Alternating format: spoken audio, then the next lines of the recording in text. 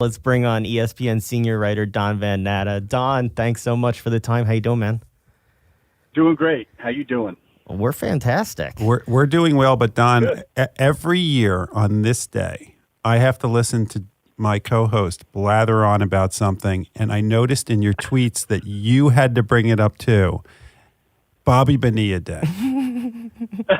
What is it with all you guys that you are all obsessed with Bobby Bonilla Day? Don, I bring it up every year on text message, on the radio. It's like 5 years in a row now and drives him nuts. I ignore him. And then all of a sudden, now we have a guest who's decided that he needed to tweet to the nation that Bobby Bonilla got another $1 million today. It's an amazing contract, right? I do it every year too. It's just because it's just so absurd. It's just, he's getting 13 more payments of $1 million. He's still got $15 million coming to him. And so it's just fun. Look, I've been a Mets fan since I was a kid, and the last time he wore a Mets uniform was 1999. He only had 20 hits that season, and it's a lot of money for a lot of nothing. And it's just fun every July 1st to take note of it, I think. Well, Don, thanks for doing my dirty work for the show. I'll leave that one there. Happy Bobby Bonilla Day to everyone out there. The rest of us are celebrating Bobby Bonilla Day and watching baseball. Here you're sitting down with the commissioner himself, bringing out lots of news about the league. What was your impression overall? It was a wide-ranging sort of two-part sit-down, it looked like. Can you give us a backstory?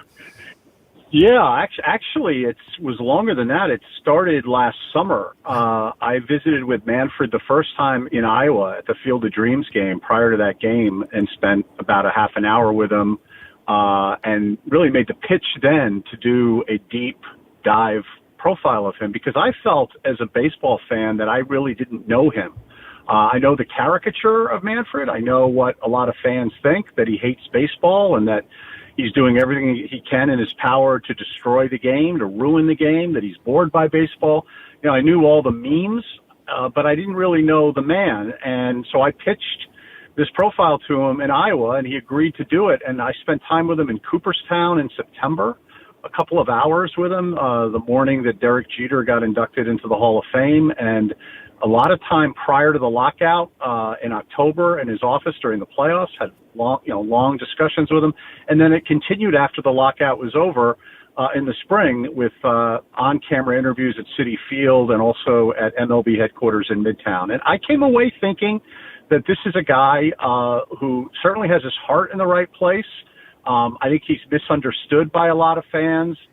He's a gaffe machine. He's made mistakes, obviously, in some things that he said, particularly about the World Series trophy, in saying that the Astros, he was not going to take away the Astros World Series title in 2017 or take away their World Series trophy. He called it a piece of metal, which players were outraged about, fans were outraged about, rightfully so. And Manfred told me that's a stupid thing he said. It's one of the worst things he's ever said publicly. And he falls on the sword pretty easily on things that he has said in the past that he probably should not have said. He is a lot more defensive and a lot more prickly about decisions he's made. And, when we spent a lot of time talking about him, and I laid them all out in this lengthy piece that was published this week on ESPN.com. Don, one of the things as you were describing him, you can say that about almost every commissioner when they start their career as commissioner, maybe except for David Stern. Did you get the impression from him that he understands that and that he knows that he needs to grow into the role and that he kind of just needs to weather the storm and put his head down and just kind of do his job? Yeah, I do think so. That's one of the things that surprised me. I described when I first met him in Iowa, I spent about 30 minutes with him in this sort of conference room in that new ballpark that MLB built in Iowa prior to that Yankees-White Sox game, that incredible game that night at the Field of Dreams. And he was so down-to-earth and funny and self-deprecating, self-effacing. And then I saw him at a press conference just a half an hour after that with Kevin Costner, and he was like a different person. He was very almost tense and coiled, sitting next to Costner. This is a great day for baseball guys, and he's just like, it was a different person. So I think he's got issues in how he presents himself publicly. I think he's in that defensive crouch because so often whenever he's talking to the press, they're coming after him, whether it's about the lockout, whether it's about him canceling opening day as he did back in March down here in Jupiter, Florida. I live in Miami, just up the road from me, and he smiled as he canceled opening day, and he got killed and crucified for that, rightfully so. I think he acknowledges and is aware of that, and he knows that he's going to have to be a salesman and almost an evangelist for his vision of baseball to come. And he wants to make revolutionary changes to the game to speed up the pace of play. And I think he's going to have to bring his A game in the way he sells that, not only to players, but to fans. And both of those constituencies don't have a lot of love for him, don't have, high regard for him. So that's going to be the hard part, and that's the challenge that Manfred faces. And to answer your question, I think he does recognize that that's a challenge for him, and it's something he's going to really have to step up and do in the coming months. And it seems like he does listen to that criticism. When you're a leader like that, you can't really have your ears as open and get so offended. You asked him about the criticism that he hates baseball. He seems to get prickly about it. You could see his response. It's the most ridiculous thing among some fairly ridiculous things they say about me. Assertion I hate the game, that one does rub me the wrong way. I have to tell you the truth. Can he adjust so that he doesn't take that criticism to where he's not willing to make decisions that he thinks are in the best interest of the game, because he talks about how he has to make them so slow because there is such objection at times. And to learn to laugh it off. Yeah, that's the thing that was sort of, look, he's a very complicated guy. He's very, very smart. He's a graduate of Cornell and Harvard Law School. His whole career prior to becoming commissioner was as a labor lawyer, first as outside counsel to MLB, and then Bud Selig hired him in 1998. So he's been in the front office of Major League Baseball from 1998 until he got the job in 2014 and became commissioner in January of 2015. And he's had to do a lot of the dirty work of the steroids era, those investigations, testify before Congress. He had to deal with the biogenesis thing. I think that when I say it's complicated, I think that he's willing to sort of cop to the fact that he has said some things that he shouldn't have said and explain them, and sometimes do it, as I say in the piece, in a self-deprecating, self-effacing, almost in a sort of, in a way that you smile and you go, okay, this guy's really down to earth. It's the stuff on his record, the things that he has done, going back to when he worked for Selig, as well as particularly his non-punishment of the Astros players, where he does get prickly, he does get very, very defensive. And, this is his legacy that we're talking about. And when I met with him in Iowa, he said, Leon, I don't want to rehash all this stuff. And I said, well, I'm interested in doing it. He still agreed to do this story with me. And to his credit, he answered all the questions, but oftentimes didn't like where I was going. For instance, on the Astros, I said, look, the Yankees and the Red Sox were stealing signs far earlier than 2017 and were caught and were given a slap on the wrist by you. The Yankees were only fined $100,000. A fine, by the way, we only found out about this past April. I asked them, I think, a question a lot of fans probably were wondering about a few years ago, and that is, if you had punished the Yankees and Red Sox in a much more harsh way, would that have sent out a message to all the clubs? Hey, if you're going to do this, you're going to get hammered, and could it have possibly been a deterrent to the 2017 Astros? He hated that question. He wanted no part of it. He said he didn't even agree with the question. He said, look, the Astros were on notice. So, yeah, he still can get very defensive and prickly about questions about that, about some of his decisions. But on the things that he has said, the mistakes he's made verbally, the gaffes that he's made, he has copped to them and has apologized for them, admits they're wrong, and knows he's got to turn that part of his game around for sure. Did you get the impression that he has a passion for the game? I mean, sports is about passion. Most of the people that are in leadership roles have some level of passion. It's one of the things you do see the defensiveness, but you don't see a passion from him, and that may just be his personality. Do you get the impression that he loves the game that he's supposed to protect? I do. So I really believe that that's a bunch of nonsense, that Manfred doesn't love the game. I don't think he shows it in the way that maybe some fans want to see, of him sitting there, behind the dugout, soaking up the beer and eating hot dogs and things like that. I led the story with the question that many, many fans want to ask him themselves, do you hate baseball? And you know, as you guys said, his answer was quite prickly. He said, absolutely not. He said he fell in love with the game. His father was a Yankees fan. Manfred grew up in upstate New York as a Yankees fan. He went to a game on Old Timers Day weekend. He went to a couple games at Yankee Stadium when he was 9 years old. He said he loved the game even more after that. I did ask him how much baseball he watches because I was curious. I found that question very interesting, Don, when he tried to do the calculation in his head.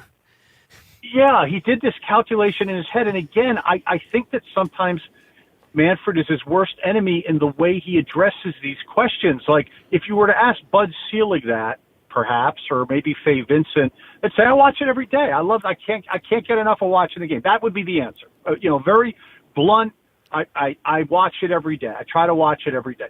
He does the math and says, well, I watch it at least 4 nights a week and for a few hours, and I have it on in the afternoon, the MLB network, and if there's a game on in my office, I'll catch it there. I mean, what he doesn't say is he watches the game Friday, Saturday, or Sunday. So you start wondering, like, all right, you watch about 20 hours a week. I mean, there's diehard fans that watch double that, right? And so he doesn't do himself any favors with answers like that. But I do believe he loves the game. I was in his office during the playoffs in October. We had a 2.5-hour meeting, and the playoffs were on, and he was watching. We were discussing the game. I think he really does genuinely love it. I don't think he communicates that love in a way that satisfies fans and players. And again, I think he's aware of that, and that's something I think he's working on as we speak. You know, some of the criticism he gets comes from the potential to make rule changes around the game. And you asked him about some of them. You asked him about the pitch clock, the elimination of the shift, which would be Jeff's favorite thing to have happen, that he didn't really commit to, by the way, and the automatic balls and strikes. Can you talk about what he had to say in the area of rules changes for the league? Well, one of the things that I thought that Manfred did that I was actually really gratified for as a journalist is he went much further with me about his vision for the game than he has with anybody else. He told me he is fully in support of the pitch clock and the elimination of the shift. Both of those changes he wants to see next year. Under the new CBA, the competition committee is basically tilted toward the owners. So even if players are against it, and I know a lot of players are against particularly the pitch clock being introduced to MLB, it doesn't matter. So I think we're going to see the pitch clock and the elimination of the shift next year. Manfred wants it. He describes the pitch clock as being critical to increasing the crispness of the game. They want to shave 20 to 30 minutes off the game. Right now, the average baseball game this season is 3 hours and 5 minutes. The ideal time for the executives at MLB, including Manfred, is about 2 hours 35 minutes. That was the average length of time back in the 60s and 70s. Interestingly, that game the first game Manfred saw at Yankee Stadium was 2 hours and 34 minutes. That's the ideal time. And of course, that was in 1968. But that's the ideal length of time.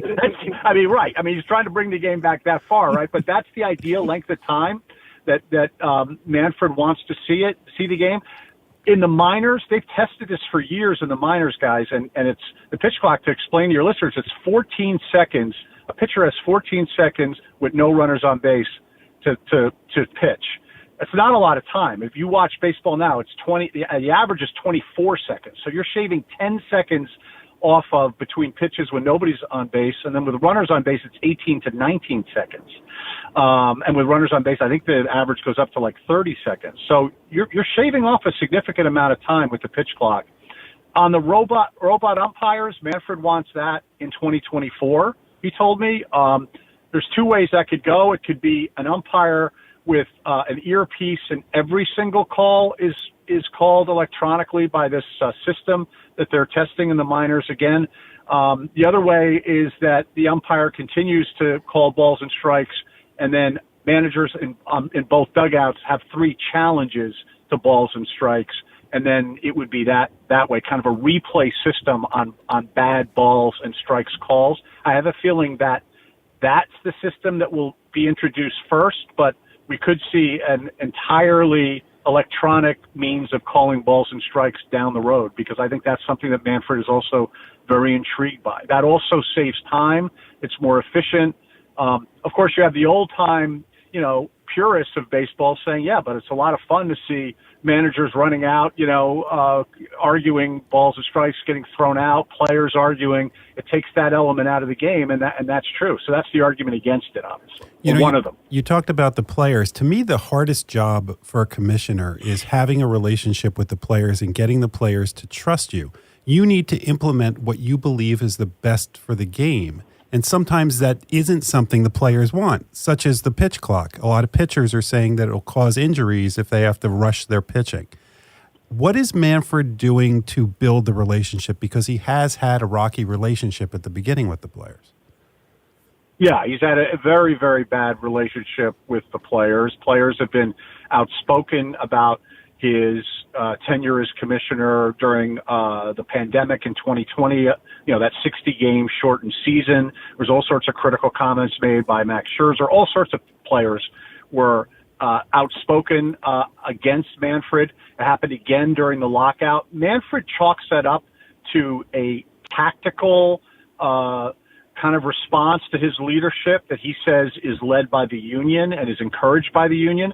I had Tony Clark, the head of the Players Union, quoted in my story saying that's nonsense. Players have their own views of Manfred based on his record and things that they don't like. On selling the pitch clock, in particular, to players, Manfred is in the midst of a 30-team listening tour, as for lack of a better term, where he's visiting every clubhouse in Major League Baseball. I think he's already visited about half of them. I know a little over a week ago he was in San Diego and Oakland and visited with 4 teams out there. And he's answering questions, and he's trying, as he did with me, to, sit down, explain his vision for the game, how important he thinks the pitch clock is to growing the game, to trying to bring younger fans, appeal to them and shave time off the game and everything else. And from what I understand, he's joined by Raul Ibanez, who's now a consultant, actually he's an executive vice president for MLB. And I asked Ibanez about how it's going, and he said it's going really, really well, that, players have a sort of perspective about Manfred, and that he undermines by just kind of being who he is and who I saw, down-to-earth guy who projects the fact that he really wants what's best for the game. But it's a hard sell because, as you say, pitchers, there's a lot of pitchers, particularly veteran pitchers, that are against the pitch clock. And, any purist is against it. Baseball, one of the great things we all love about baseball, right? There's no clock. And now suddenly there will be one that will govern every single pitch. And so it's a radical change. It's a revolutionary change. Manfred says that they have data, and he shared some of it, and some of his executives shared it with me, that show that players in the minor leagues, they don't like it at first, but they come around to it, that it's not as obtrusive as you think, and it really does help the pace of play. Fans enjoy it. Players, managers, generally adapt to it and think it's a good change. And so that's the hope, is that Major League players will think of it the same way, because it's coming, guys. We're going to see it next year. At that stop in Oakland, he would have been able to find a couple seats in the crowd to sit out there. You asked him about the 2,000 people in attendance at a game, but then he also talked to you about how if he's doing a tour of baseball, he wants it to be 32 teams rather than 30 teams for expansion. Can you talk about the economic situation of baseball between Oakland and their situation and the commissioner's desire to expand the league more? Well, that's a great question. And, we did talk about that. First of all, baseball lost money during the pandemic. They had 2 seasons where it was very, very bad for the owners. But having said that, business is still really good. It was an $8 billion a year industry when Manfred became commissioner in 2015. It's now a $10 billion a year industry. Even more important to the owners is the valuations of the teams have quadrupled in the last decade, more than quadrupled. and you have billionaires. A lot more billionaires exist in 2022 that existed just 10 years ago. They want in. Some of these billionaires want to buy in and get into the exclusive club. And so Manfred told me flatly he wants to get to 32 teams, and yet you have a number of franchises struggling. It's not just Oakland, right? It's Tampa, Miami, attendance even in a place like Pittsburgh with PNC Bank. It's one of the great ballparks in America, and they can't draw people to watch the Pirates in Pittsburgh.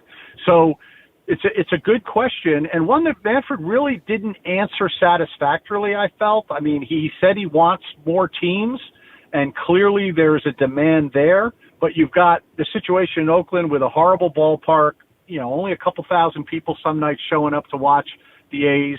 It looks like they may move to Las Vegas.